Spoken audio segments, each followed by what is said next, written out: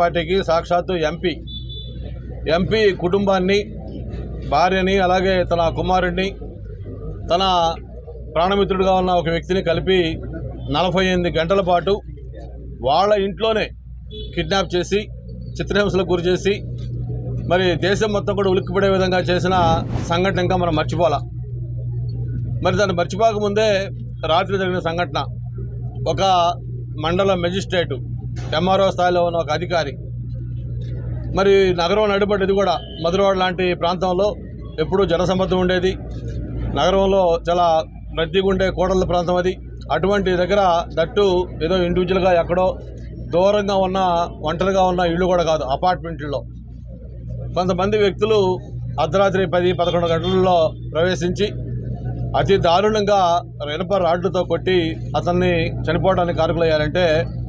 ఒక ప్రశాంతతకు మారిపేరుకున్న నగరం ఈరోజు ఒక నేర రాజధానిగా ఈరోజు విశాఖపట్నం తయారవుతుందని చెప్పడానికి ఎవరు కూడా సంకోచించట్లేదు. నేను ఈ సందర్భం ఒకటే ప్రభుత్వాన్ని కోరుతా ఉన్నాను. ఏదో పెద్దవాళ్ళు చెప్తారు, చిన్నప్పుడే కానీ ఆ మందల చుట్టూ దొంగ తయారయ్యేవాడు కాదు అని ఆ తల్లి చెప్పిన సామెతలాగా ఆ రోజు ఒక ఎంపీ కుటుంబం కిడ్నాప్ అయినప్పుడు కనీసం ముఖ్యమంత్రి స్థాయిలో దాని మీద సమీక్ష చేసి